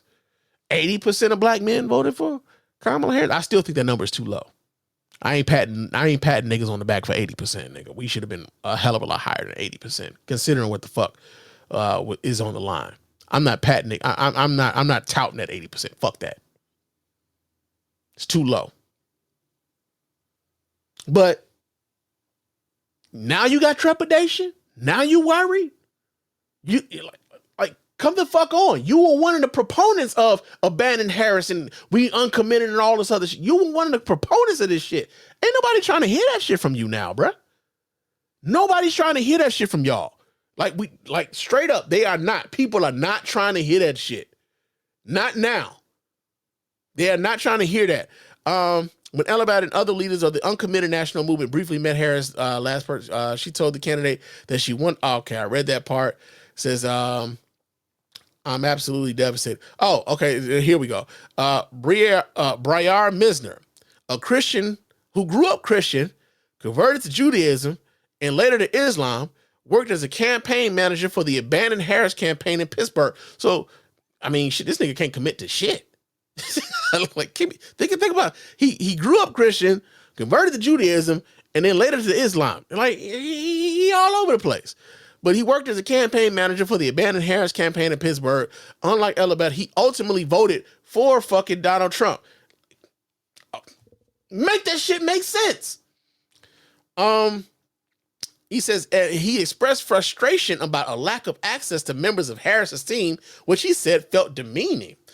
We tried negotiations. We tried to reach out to no avail. You know, they never reached out, he said, adding later. We went through multiple avenues to try to be heard, and instead we were ridiculed. Misner said that it was a difficult decision to vote for Trump. He said the point of the abandoned Harris campaign was to punish Democrats for supporting Israel during its war in Gaza, which the campaigners view as a genocide, and he hopes the Trump campaign will be more willing to negotiate with group leaders. Bruh. That's the dumbest thing I've ever heard in my life. No wonder you get D's and everything. Yes, that sounds like an excellent idea. Bruh, come on, man. Come on, man. There was nothing in the Trump campaign that told you that that's what they was going to do. They was just going to negotiate on behalf of the Palestinians. When Donald Trump's, I'm sorry.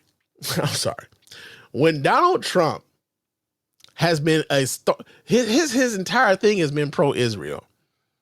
When he decided to move the United States Capitol into Jerusalem, when like when his own fucking son-in-law, the one who got the $2 billion from the Saudis, by the way, is talking about Gaza as like, you know, like waterfront property. They don't give a fuck about y'all, man. They never gave a fuck about y'all. And so the idea that you were going to punish the Democrats, or better yet, you were going to punish Kamala Harris for some decisions that were out of her fucking control. That's what stings for a lot of people. You are punishing Kamala Harris for some shit that was out of her control. And you think that the rest of us are supposed to be like in tune and in line with that. Nah, bruh. Nah. So, yeah, man, it's very interesting. It's very fucking interesting listening to how they rationalized their voting for Donald Trump, or their abandoning Harris, despite the fact that Harris was in a very precarious position. They didn't give this lady they didn't give her the freedom. They didn't give her the grace to actually be out there to, at some point, exert her fucking position. They didn't understand how the United States government works, where as vice president, she cannot undercut the president for which he serves. And so because of that misunderstanding, and because of their penchant to be not even pandered, I wouldn't even call that shit pandering. Because of their penchant to be lied to and accepting those lies by Donald Trump, because he has no intentions on fulfilling any of this shit. Donald Trump needed your votes. That's it. It's very transactional for him. He needed those votes. And once he got those votes, cool, we are done with this. Fuck them people. And he's going to go on ahead and do what the fuck it is he does against people of color, against Muslims, period. Did y'all forget the Muslim ban of motherfucking 2016? Did y'all forget that shit? He don't give a fuck about y'all, bruh. Make that shit make sense. Make that shit make sense, man. So, yeah, that happened. That happened. We got a comment here. This comes from Courtney.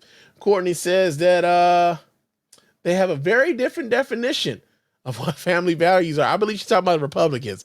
They really do. They really do. They have a very different definition. I don't know what that definition is, but it damn sure ain't the definition that they used to sell it to us, right? Y'all remember Republicans impeached Bill Clinton for getting head on the job and lying about the shit. Y'all remember that shit? For those of us who are old enough. For those of us who are older, that just sounds like, oh man, hey.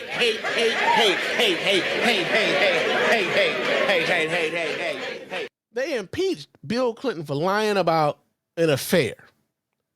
Meanwhile, they are electing presidents who have been in court and adjudicated sexual assaulters, and they owe the victim over $80 million.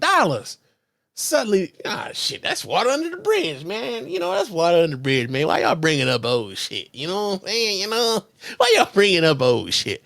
But this is like it's wild being old enough to watch the change, right? To watch the change. I was 16 years old when that shit was going on with with Bill Clinton, and to be 44 years old now, and to watch how much that they don't really care about that shit. To see now that they don't really care about that shit. To be like in the 30 years since that happened, to be able to witness this shit in the change, be like, whoo, whoo, these motherfuckers really been on some bullshit for a long time.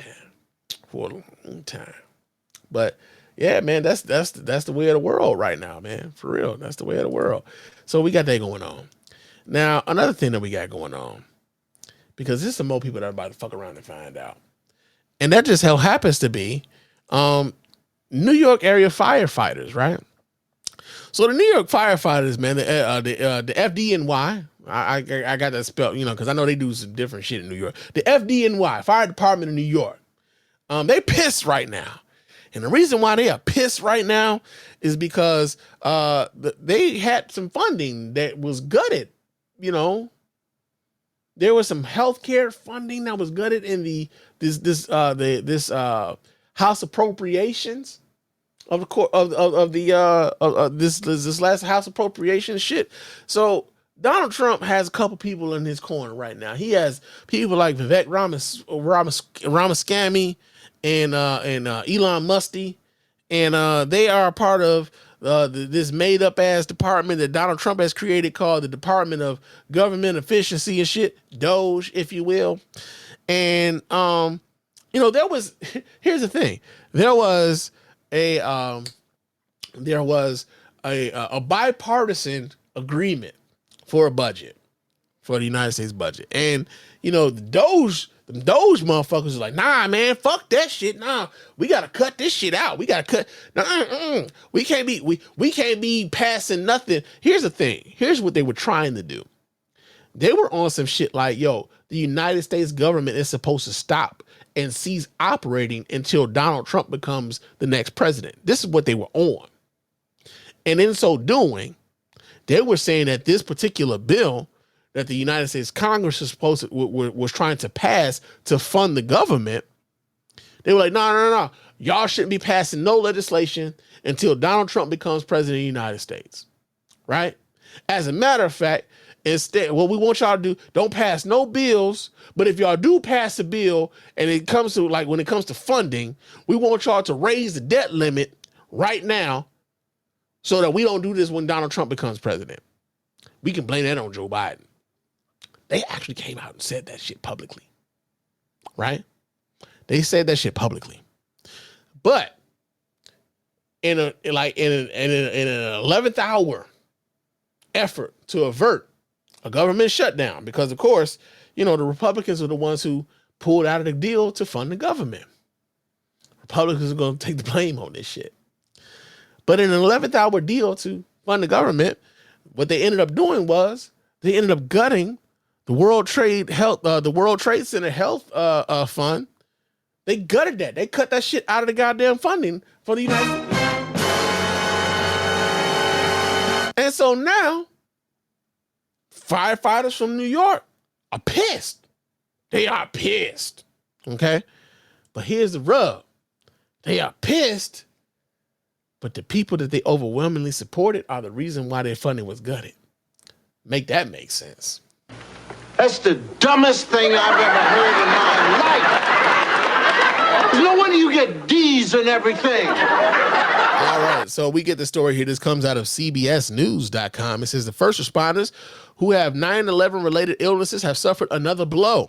Funding for the World Trade Center Health Program past 2027 was excluded from the federal budget on Friday as Congress scrambled to avert a government shutdown. Senate Majority Leader Chuck Schumer released a statement saying, in part, Republicans must stand up for those heroes and pass 9/11 health funding once and for all when the new Congress begins. Get back to the Capitol and do your job, New York Governor Katie Hochul added in a post on Twitter. Members of the New York City's bravest gathered Sunday around outside Ground Zero alongside a Christmas tree decorated with the faces of 343 firefighters who died on September 11th in 2001, a reminder to Congress to promise to never forget. It's unthinkable that 23 years later that we would be here on a 17-degree day begging for funding to recognize people who did the work, said Jim Brosi, president of the Uniformed Fire Officers Association. Never forgetting involves passing the bills that will continue to fund the health care for sick and dying first responders, said Andrew Ansborough, president of the Uniformed Firefighters Association of Greater New York. Fire union officials said that they will continue to push, for a permanent bill. To see that Congress could cut this out of all the spending in D.C. is not only shameful, but insanely disappointing, Brosi said.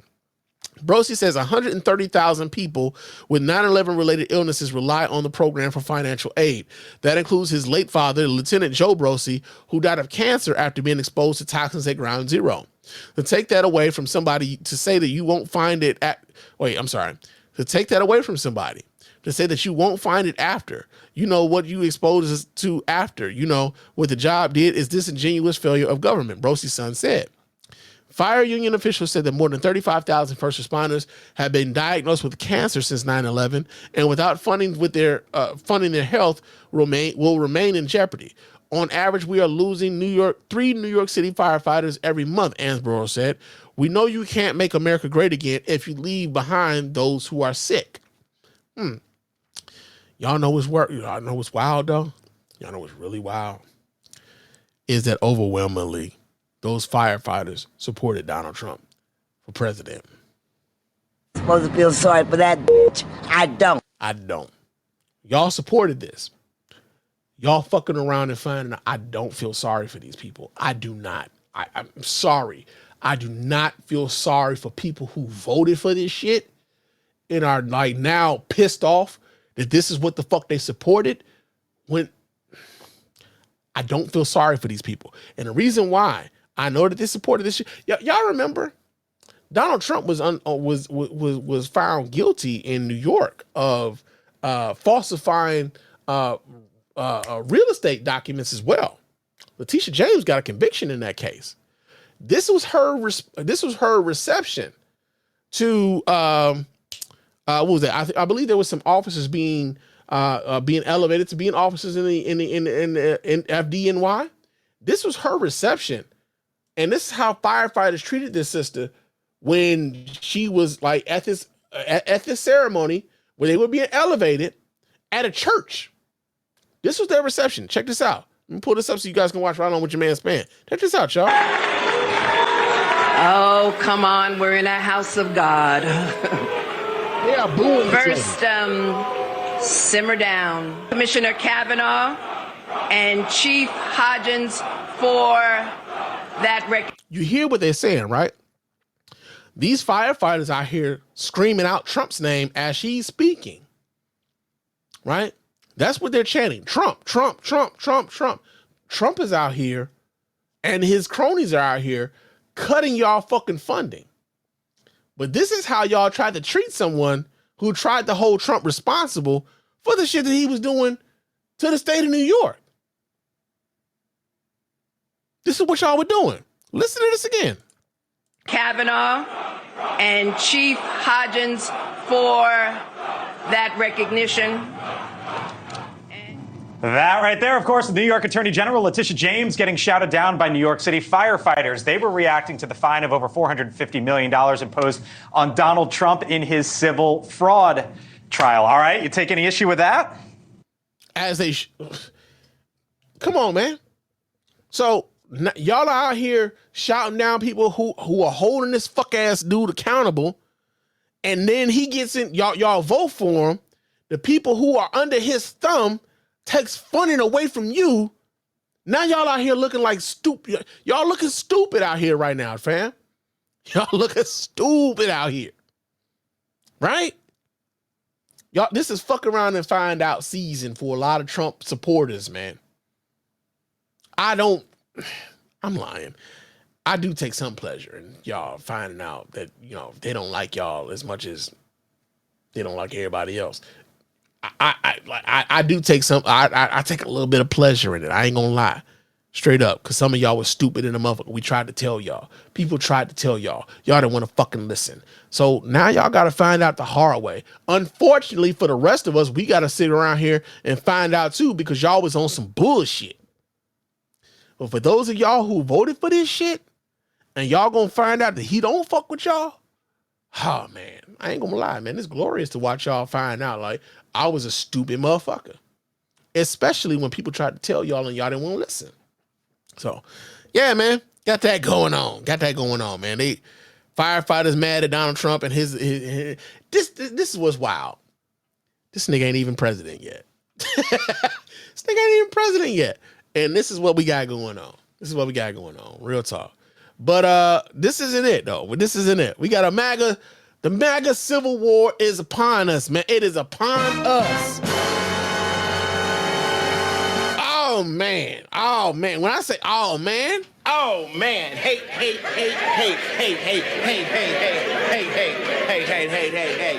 And I know some of y'all talking about a civil war amongst MAGA, and you just think about, like, it's happening. It's happening right now. They are at war with each other. Oh, nigga, it's kind of glorious, and I kind of feel like, man, just let them hoes fight. Let them hoes fight. Let them hoes fight. Let them hoes fight. Let them hoes fight. Let them hoes fight. Because they going at it with each other now. And it's glorious. And the reason why it's glorious is because for those of us who voted against this bullshit, we saw it coming. And y'all acted as though we didn't know what the fuck we was talking about. Right? We didn't know what the fuck we was talking about. Oh, man. Y'all act like we was the dumb. No, it's wild. It's kind of wild, right? So check this out, right? We gonna get this story here. This comes out of Fox 59. I forget exactly which local Fox affiliate this is from. Where is Fox 59? Let's see let me see. Oh, this is from Indianapolis. Okay. So this is the Fox 59. This is Fox Indianapolis affiliate, right? And so we get this from them, and we read the headline. We read the story. This comes from them. It says, an online spat between factions of Donald Trump supporters over immigration and the tech industry has thrown internal divisions in his political movement into public display, previewing the fissures and contradictory views his coalition could bring to the White House. The rift laid bare the tensions between the newest flank of Trump's movement, wealthy members of the tech world, including billionaire Elon Musk and fellow entrepreneur Vivek Ramaswamy, and their call for more highly skilled, I'm sorry, y'all. And their call for more highly skilled workers in their industry and people in Trump's Make America Great Again base who championed his hardline immigration policies. The debate touched off this week when Laura Loomer, a right-wing provocateur with a history, you hear that? A history of racist and conspiratorial comments, criticized Trump's selection of Shriram Krishnan as an advisor on artificial intelligence policy in his upcoming administration. Krishnan favors the ability to bring more skilled immigrants into the United States. Loomer declared that the stance to not be not America First policy and said that the tech executives who have aligned themselves with Trump were doing so to enrich themselves. You don't fucking say. Nigga, you don't fucking say. Like, supposed to feel sorry for that bitch. I don't. Don't feel sorry for none of these motherfuckers. Said much of the debate played out on social media network X, which Musk D owns.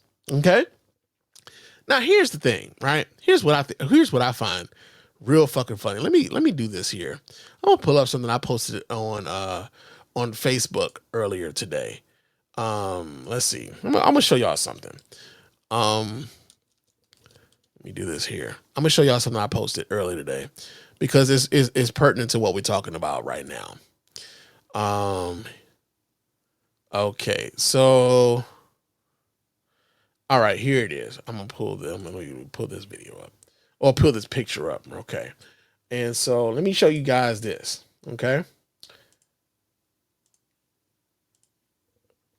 All right, here we go. So this is the post of the guy who got the job that Trump appointed him to for AI policy and everything, right? He says that I'm deeply questioning my decision to support the Republican Party after witnessing the persistent and dehumanizing attacks directed at me and my community by individuals who, despite hiding behind a veneer of respectability, openly harbor and amplify racist ideologies. I've tried to hold on to the belief that these voices represent a vocal minority, not the broader values of the party. But time and again, I am disheartened as accounts with massive followings, many of them wielding significant influence, parrot unhinged conspiracy theories and perpetuate overtly racist tropes without consequence. This is the comment of the guy who Donald Trump was going to appoint to his AI, to advise him on AI policy and everything else, right? The thing that I would say to this guy is, so you were cool with it being meted out against everybody else? Like that much was cool with you, right? I'll be a monkey's bare-assed uncle. That point was you didn't see him talking about Haitians in what was that? Shit. What was that? That it was Ohio town or something like that. They were talking about they were eating cats and the dogs and the shit. You know what I'm saying? You didn't see all those mass deportation now signs at Trump rallies and stuff like that. When Donald Trump and his supporters were talking about, they're bringing criminals and they're bringing rapists and they're bringing drugs and all this, you thought that they were talking about all the rest of them immigrants, that they wasn't talking about your ass, right? You thought they were talking about the other brown people that was immigrants, not you, because you were one of the good ones, not you. Not realizing that they didn't want your ass here either. So the loud part was they want the brown people from Mexico, Guatemala, Honduras, anywhere from South and Central America. They wanted those people to not find themselves here. The unsaid part was they didn't want you coming from India either. As a matter of fact, the unsaid part really is they don't want the immigrants coming here from non-European nations. That is the unsaid part. Many of us already knew that. The black people especially knew this already. And unfortunately for you, you thought you were a model minority and that they didn't mean that for you as well. You just fucked around and found out that, like, yo, man, they don't fuck with you either. I mean, shit, even Ann Coulter came out and said, hey, she told Vivek Ramaswamy to his face, yeah, you were talking that good shit, but I wouldn't vote for you because you're Indian. She said that to his face. And so now y'all think that y'all gonna talk this shit to these people? Y'all gonna talk to the white people the way white people talk to black people and think that the white people are gonna be cool with that? Oh shit.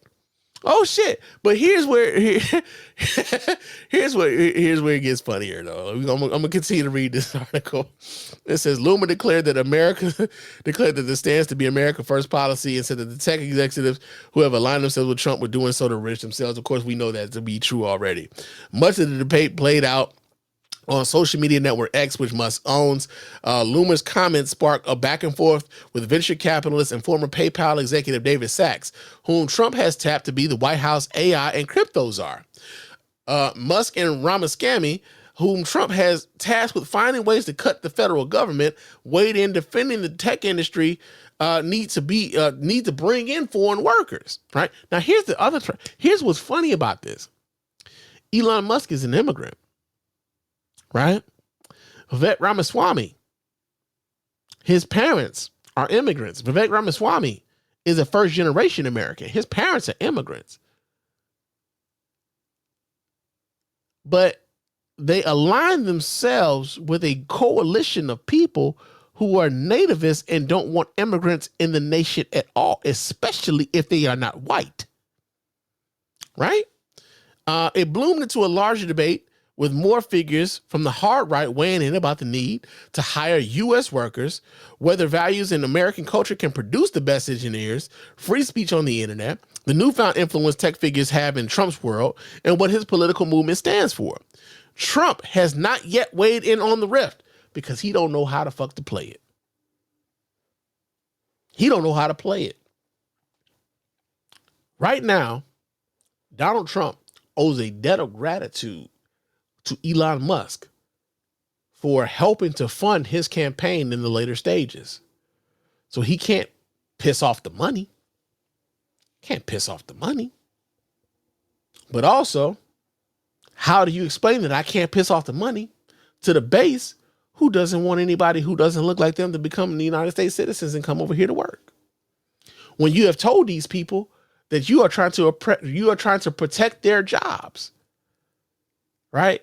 Despite that some of these jobs some of these motherfuckers don't even qualify for. Right? Bubba can't be a software engineer if he ain't had the training. But Bubba want that job. Right? Bubba want that job. He ain't got nan training. But hey, goddamn it, I swear, goddamn, we don't need those third world motherfuckers over here, okay?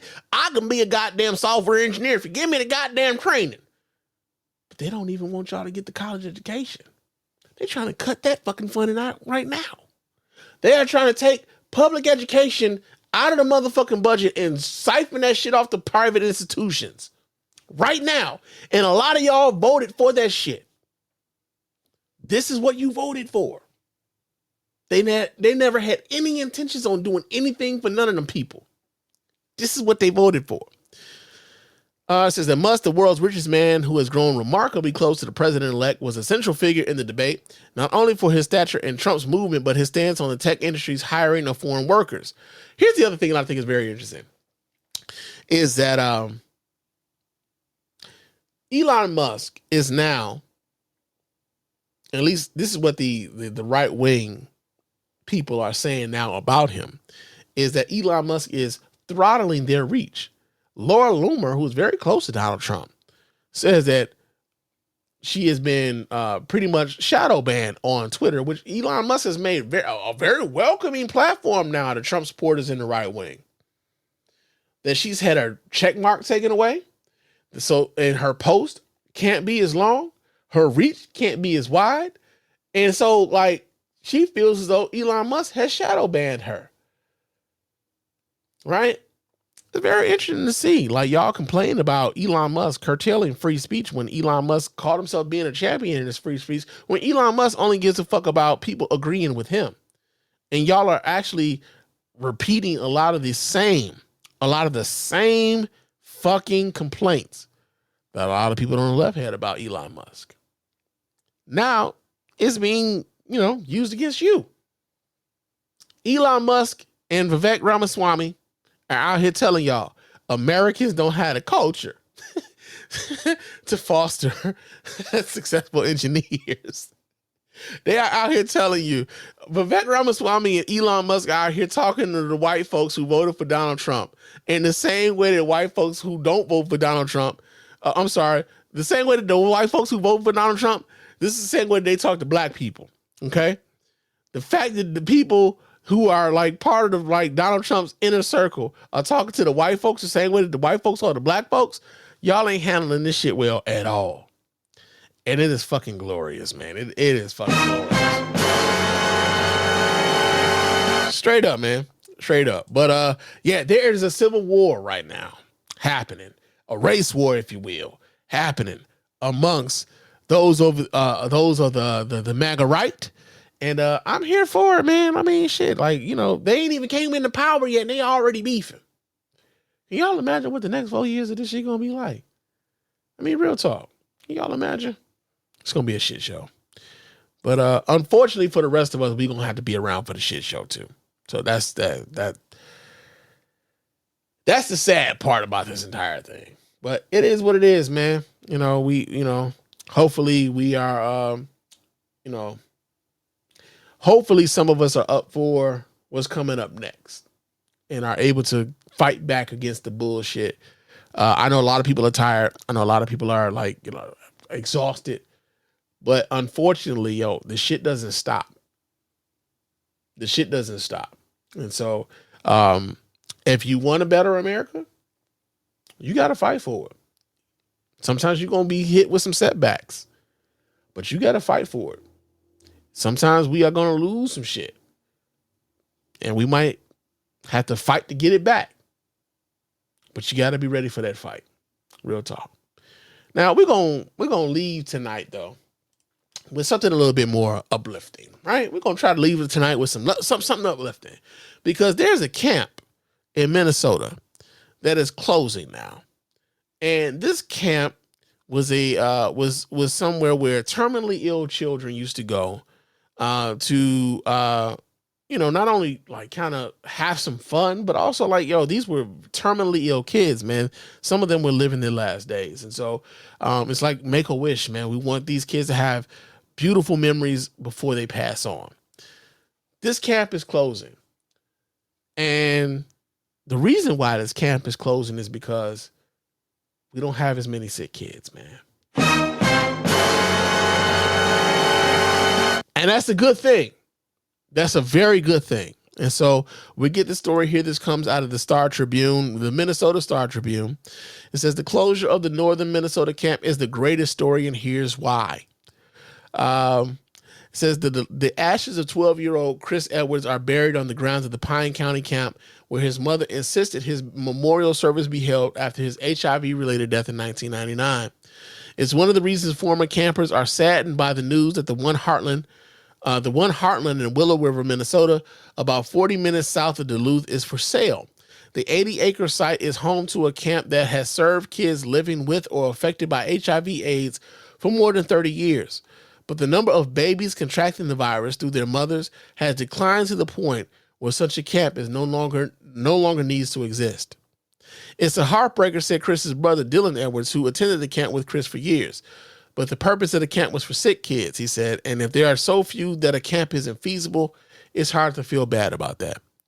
In the United States, the prenatal HIV transmission rate, or the rate of a mother passing the virus on to a child through pregnancy, birth, or breastfeeding, is now less than 1% thanks to antiretroviral medications, according to the Centers for Disease Control and Prevention. The World Health Organization says that globally, new HIV infections among children aged up to age 14 has declined by 38% since 2015, and AIDS-related deaths have fallen by 43%. As a Wisconsin college student, founder Neil Wellinson read about a 5-year-old boy in the Milwaukee area living with HIV who faced isolationism and discrimination at his school. Wellinson reached out to the family and got to know them, learning the virus's deep effects on each member. He founded the One Heartland in 1993 when he was 22, intending it to be a short project. Now he's 53. He often marvels at how quickly his college-age dreams of working in Hollywood as an actor and producer diverged into running a nonprofit. The impact has been so transformative. The first summer in 1993 that during the week the children were already saying, "We can come back," Williamson said. They rented camps around the country for a few summers because the knowledge of the virus was still minimal at the time. At least one camp didn't want kids with HIV swimming in its pool. Edwards, who attended the camp its first year, One Heartland, was forced to go elsewhere the next year. Willinson bought the Willow River property from an Optimist club in 1997. Former Minnesota Twins player and manager Paul Molitor donated money for the purchase and was a spokesman for the camp for several years. We wanted to create a safe haven where children affected by the disease, perhaps for the first time in their young lives, could speak openly about it and be in an environment of unconditional love and acceptance, said Willinson, who is the president of the Big Brothers and Big Sisters of Metro Milwaukee, as well as a public speaker and founder of other camps. He stepped away from One Heartland leadership in 2010. With referrals from the National Institutes of Health, children were flown to Minnesota from around the country at no cost to their families. Expenses were paid by the donors. Now, Sanderson said the boy who inspired the camp, now 38, he is a married pastor and doctoral student living in South Carolina. His mother, a nurse who died from the virus in 2010, had tried to provide AIDS education to parents and others concerned about Sanderson attending school. He recalled one student backing off and throwing his hands in the air when he got near him, and one friendship a boy kept secret from fearful parents. Sandine attended camp for several years and traveled the country with the nonprofit, speaking at schools. One Heartland was an outsized presence in his life, giving him a place to let go and be a kid, and to be among others feeling the same isolation, sorrow, and pain, he said. It fostered a community created amongst kids living radically different lives than most. I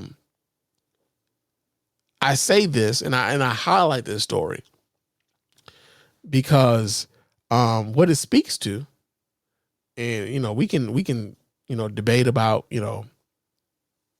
pharmaceutical companies and corporate greed and stuff like that. But the reason why I highlight this story is because we are living in a time now where so many people are distrustful of institutions, are distrustful of doctors, are distrustful of the science. And I can remember over the course of my own lifetime where the diagnosis of having HIV was a death sentence. I am old enough to watch the announcement of Magic Johnson telling the world that he had HIV and it was going to force him to retire from the NBA. I am also old enough to remember when Magic Johnson attempted to play, when he did play in the NBA All-Star game. I want to say it was the 1992, the 1992 or 1992 NBA All-Star game. Karl Malone having some misgivings about having to play against him because they were worried about being exposed to his blood and everything else. I remember when Magic Johnson came back in 1995 to attempt to play, and people still having some misgivings about it because of our understanding of what HIV was and how it was transmitted and everything else, and like not necessarily having the antiviral drugs that we have available to us today. And we're now living in a time where HIV isn't the death sentence that it was back in the late 80s, early 90s, early 80s, right?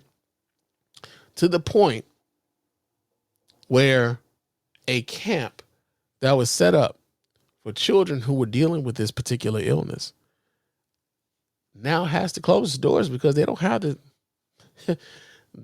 clientele. That is a win for science. In a time where so many people are questioning science. So I highlight this story because I like going forward, man. People are free to believe whatever the fuck it is they want to believe, right? They can, like, especially after we've come out of the COVID pandemic and everything else, and people suddenly not believing in vaccinations and things of that nature. Despite the fact that we've eradicated many diseases because of vaccinations, and like what even like pisses me off even more is that we get vaccinations from Africa. The whole idea of vaccinations we get from Africa. And to see so many of my people reject vaccinations and medicine and things of that nature, it's a bit disheartening. But I think that, like, going forward, man, to highlight a story like this, where for those of us who have been around for a while, who saw what it meant to have been diagnosed with HIV, and to see that HIV no longer represents a death sentence. We could talk about whether or not, the medication should be available, at a more affordable rate. We could talk about that. That's a discussion that we damn sure need to be having. But also, the fact that we are at this point, as a matter of fact, there's another story, and I might bring that up the next time I talk to y'all, about the fact that there may even be a cure for HIV right now. The fact that we're at this point, many people didn't see us coming to this point. And so I felt like this was very good, I felt like this was a very good way to be thankful for, the time that we're living in scientifically, where a summer camp for children who are dealing with HIV and terminal illnesses has to close because they don't have the kids to service anymore. And that is worth celebrating. And with that, I'm going to get on up out of here. But before I get on up out of here, I'm going to remind you guys how to get in touch with your man Spann and let your voice be heard. You can go ahead and hit up that hotline at area code 313-288-0485. That's area code 313-288-0485. Go ahead and leave those voicemail messages. Of course, those messages will get played here and responded to here live on the show. You can also hit me up on Threads and Instagram. My name on both of those platforms is Mr._Spann. So go ahead and follow me there. Chop it up with your man Spann throughout the week. And if you want to chop it up with me on Blue Sky, my name on there is Mr. Spann, no underscore, MRSPANN.bsky.social. Go ahead and hit me up there. Chop it up with your man Spann throughout the week. Also, if you're watching us via YouTube and our Facebook, the Mr. Spann fan. Okay. On YouTube, it's the Spann Report. on YouTube, okay? Subscribe to the Spann Report on YouTube. Every time I go live, you will get a notification. You will know when we're going live. You can watch those videos and everything else. So go ahead, subscribe to the channel over there and leave us those comments over there, and we will read your comments, and that will be a part of the listener feedback, okay? If you're watching me on Facebook, you can join the, you can like the Mr. Spann fan page over there on Facebook. You will get notified when I go live on Facebook as well. And you can comment on Facebook when we're doing the show, okay? So, yeah, on YouTube, subscribe to the channel. And on Facebook, like the Mr. Spann fan page. You will be updated when we go live, and you could be a part of the show, all right? Also, on Spotify and iTunes, leave us a 5-star review. Those 5-star reviews are the ones that get right here live on the show. We really appreciate everybody who does that. Doesn't cost you a dime, just a couple minutes of your time to let everybody know while you're rocking with us over here at the Mr. Spann Official Podcast and the Spann Report Podcast. Damn, I said the Spann Report Podcast. The Mr. Spann Official Podcast. And the Mr. Spann Official Podcast specifically, right? We appreciate you guys who support us in that way. Also, man, if you want to give us some money, and we like the money, trust me, we like cash, man. When I say we like cash, I'm saying mega. We like cash. So if you like to know what's going on over here, go ahead and support us in our store, man. Go ahead and buy yourself some merch at our TeePublic store, tpublic.com/Spann Report Podcast Network. The link will be in the show notes. You can go there, buy yourself some merch, man. Buy yourself a t-shirt, buy yourself a hoodie, buy yourself a sweater, buy yourself a coffee mug, buy yourself a mouse pad. We got some stuff over there. Buy yourself a hat. We appreciate you guys who help us out in that way. And it goes a long way towards helping us continue to do what it is we do here at the Mr. Spann Official Podcast and the Spann Report Podcast in its entirety. Like I said, man, we may get on this mic again before the new year, man. We got about 3 days. I might talk to y'all again in about 3 days, but if I don't, I wish everyone a very happy new year, man. I hope 2025 brings you everything good that you have planned for your life. I hope that you are making plans to where 2025 can be conducive to you. I want everybody to drop the drama. I want everybody to drop the hate. I want everybody to live a forward and progressive and what's the word that I'm looking for here? I don't know what the fuck. I want y'all to have a good time in 2025. Despite what we got to look forward to in 2025, I want us to enjoy 2025 despite everything that we know is going to be happening in 2025. Real talk. So if I don't talk to y'all before 2025, I love y'all, and I appreciate y'all for riding with me, and I appreciate y'all for listening, and I will talk to you again soon. But until next time, fam.